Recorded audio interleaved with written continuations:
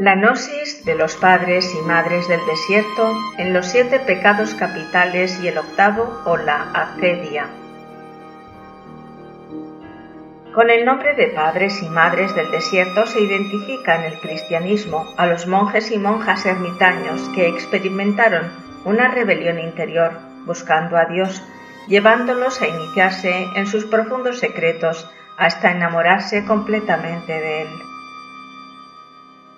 Estos anacoretas del siglo IV abandonaron las ciudades del Imperio Romano y de otras regiones vecinas para adentrarse en las soledades de los desiertos de Siria y de Egipto y confrontarse consigo mismos.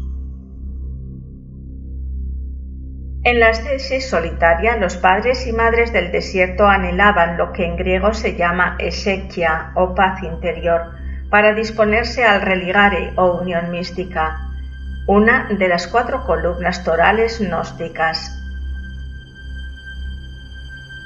Los padres del desierto dieron testimonio de una fe cristiana radical y tuvieron muchos discípulos. Guiados por sus meditaciones y por su modo de vida, eran un ejemplo de equilibrio psicológico y moral. Libres de trastornos psíquicos o demencia, eran amables y bondadosos. No eran huraños, ni melancólicos o extravagantes, siendo los psicólogos de su tiempo. Sus dichos o apoptemas son sentencias filosóficas que fueron recopilados y traducidos a numerosos idiomas. Con algunos de estos escritos se inició también la filocalia o amor por la belleza, impulsados por el espíritu de la mística. Los textos de los padres y madres del desierto son ricas fuentes de una espiritualidad vital que responden a la búsqueda de un camino desde abajo, entendiéndose que no siempre hay que dirigir la mirada hacia el cielo, sino que el camino comienza desde nosotros mismos, observando, analizando y siendo críticos con nuestros defectos. Anselm, teólogo, monje y sacerdote alemán, ha unido la espiritualidad tradicional cristiana con la psicología moderna, consiguiendo que la riqueza filosófica de los primeros místicos del cristianismo discurra en su peculiaridad hasta nuestros días. Grutas y celdas monacales eran idóneas para vivir la experiencia religiosa como fuente y zona de fuego de las ideas contemplativas. El monacato se ha presentado en todas las religiones. San Agustín, en el siglo IV, confesaba que su conversión fue después de una experiencia mística, escuchando las palabras de un niño que le decía: «Toma y lee». Y abrió la Biblia y leyó: «Nada de comilonas ni de borracheras, nada de lujurias ni desenfrenos, nada de rivalidades ni de envidias. Revestíos más bien del Señor, y no os preocupéis de la carne, para satisfacer la concupiscencia». Esta experiencia cambió totalmente su vida y añadió que Platón le llevó al conocimiento del verdadero Dios, pero fue Jesucristo el que le mostró el camino. En el segundo siglo ya los ascetas constituían el núcleo de las comunidades. Como a San Agustín y a Dante, a Evagrio Póntico, monje asceta, la vida mundanal lo tentó y las dudas le asaltaron, pero como otro Ignacio de Loyola, herido y enfermo, consiguió comprender y enderezar su camino gracias a sus padecimientos físicos. Evagrio, inmerso en la vida cristiana austera y contemplativa, escribió libros llenos de instrucción para consolar al monje de la nostalgia de Dios. Sus revelaciones aportaron nuevas bases filosóficas a la luz de la Biblia, como Dios, el hombre, su forma de ser, de orar o de vivir. Decía que el reino de los cielos es la impasividad del alma, acompañada del verdadero conocimiento de los seres creados. Las 3 características primordiales del exiquiasmo son: la soledad como medio de salir del mundo ilusorio, el silencio para obtener la revelación y el don de la profecía, y la quietud para conseguir el control de los pensamientos, la ausencia de preocupaciones y la sobriedad. A los pecados capitales los padres del desierto los llamaban pensamientos en la guerra contra los demonios. Enumeran 8, uno de ellos abolido por la Iglesia romana, la acedia o el demonio del mediodía. Nefasto como los otros 7, lujuria, ira, orgullo, pereza, gula, envidia o codicia.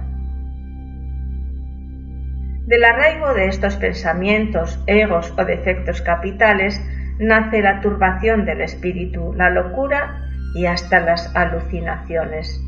Cuando esto ocurre y el espíritu vagabundea, se hace necesaria una ascesis en la vigilia, la lectura y la oración. El primer ego es la lujuria o fornicación que ataca violentamente al aspirante inclinándolo a acciones vergonzosas. Entonces el monje debe luchar por mantenerse sordo y mudo a los pensamientos del ego. Solo así puede vencerlo. El segundo es la ira, que es la pasión más vehemente. Exaspera al alma durante todo el día con arrebatos para perturbar al cenobita y sobre todo durante la oración con imágenes reiteradas del sujeto de su ira, transformándola en resentimiento. Dice Evagrio: si evitas la cólera, te mostrarás cauto y sabio y te encontrarás entre el número de los que rezan, porque la oración es un brote de humildad y de ausencia de cólera. El tercero es el orgullo o la vanagloria, que se expresa sutilmente en los que desean publicar sus logros internos. Cuando la vanagloria exalta al monje con ilusiones vanas, lo ata a otros defectos que lo apresan todavía más.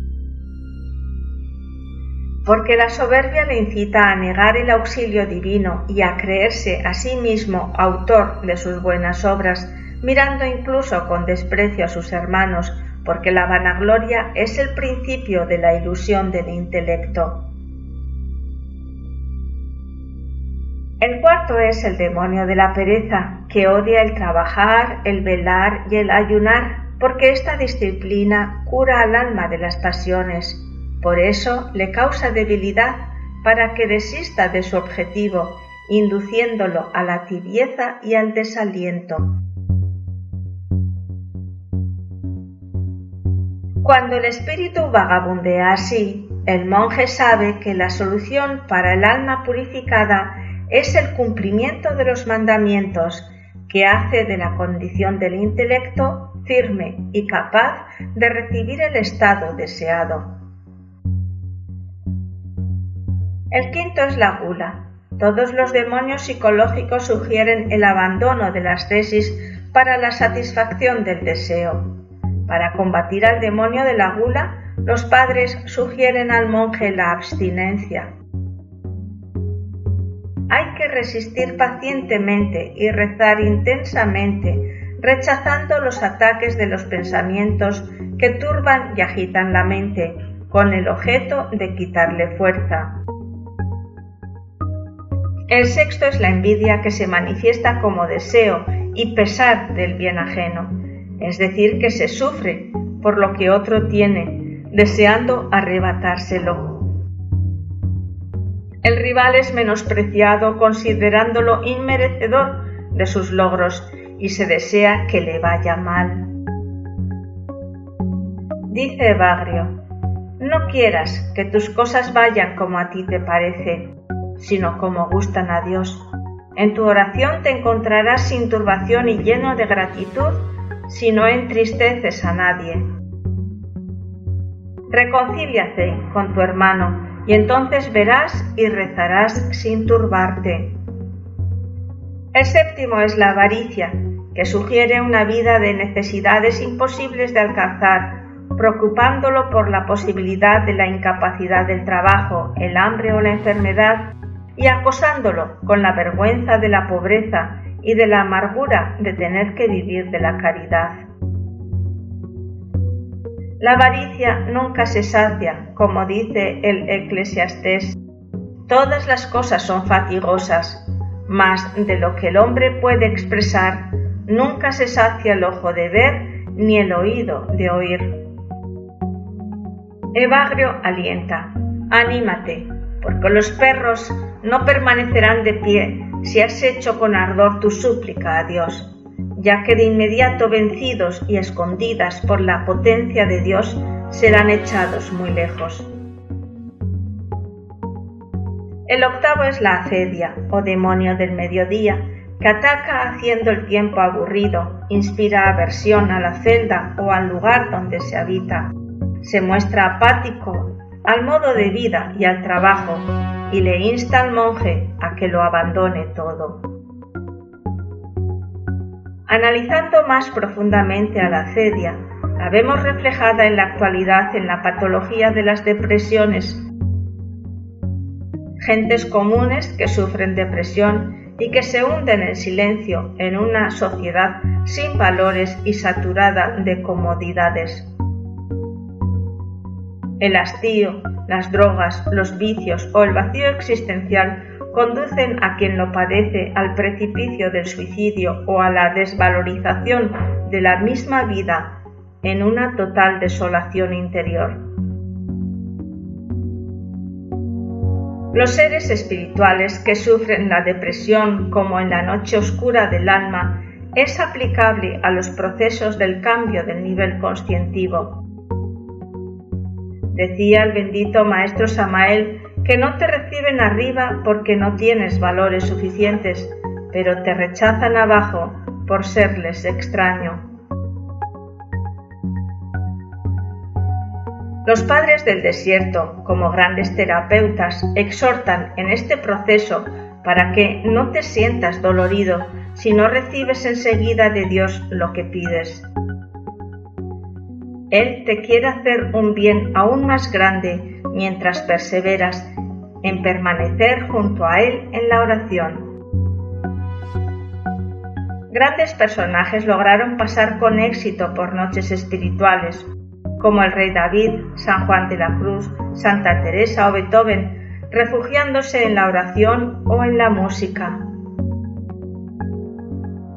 El apóstol Pablo dice que en ella somos afligidos en todo, pero no agobiados, perplejos, pero no desesperados, perseguidos, pero no abandonados, derribados, pero no destruidos, porque tenemos el tesoro en vasos de barro, que es nuestro cuerpo físico, para que la extraordinaria grandeza del poder sea de Dios y no nuestra. También lo indica el axioma del arcano hebreo número 11, gozoso en la esperanza, sufrido en la tribulación, sé constante en la oración. El demonio de la acedia usa su enorme habilidad por medio del intelecto, distorsionando la luz que está unida al alma. Pero si perseveras, el ángel de Dios, acercándose, hace que cese con una sola palabra toda la obra del adversario y reconduce la luz del intelecto para obrar sin desviaciones. Dice el venerable maestro Samael: hay que robarles ahora el fuego a los demonios del mundo mental.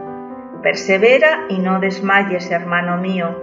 Los pedestales de los tronos de los maestros están hechos de monstruos. Y añade Evagrio: si cultivas la oración, prepárate para los asaltos de los demonios y soporta con fortaleza sus golpes. Ellos se echarán sobre ti como fieras salvajes y maltratarán todo tu cuerpo. Pero aquel que soporta las aflicciones obtendrá también la consolación, y el que persevera en las cosas desagradables no será excluido de las agradables. Dante ve a la acedia en aquellas personas amargadas de la vida que desde el limo infernal se acusan. Triste hicimos el aire dulce que del sol se alegra, llevando dentro acidoso o perezoso humo. Porque es un pecado estar triste. Un estado apacible y un goce inefable le sucede al alma que haya vencido a los pensamientos de los demonios. La oración es una defensa contra la tristeza y el desánimo, es un fruto de alegría y de gratitud. Que todos los seres sean felices, que todos los seres sean dichosos, que todos los seres sean en paz. Levantaos, sed libres y gozosos de noche y de día, marchad hacia adelante con luz, amor y libertad. Así dice la Madre Divina. Ese velo de amargura, emponzoñado de pena como sábana de muerte, no es, no debe ser y no proviene de mí.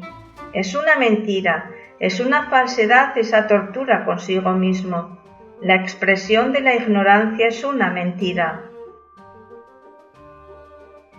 Muchos son los procesos psicológicos que debe pasar el alma que anhela el religare.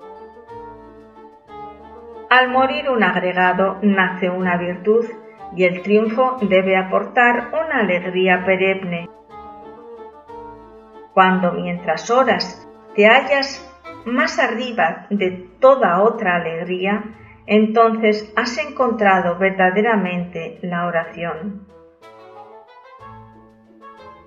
Nada te turbe, nada te espante, todo se pasa, Dios no se muda, la paciencia todo lo alcanza, quien a Dios tiene, nada le falta, solo Dios basta.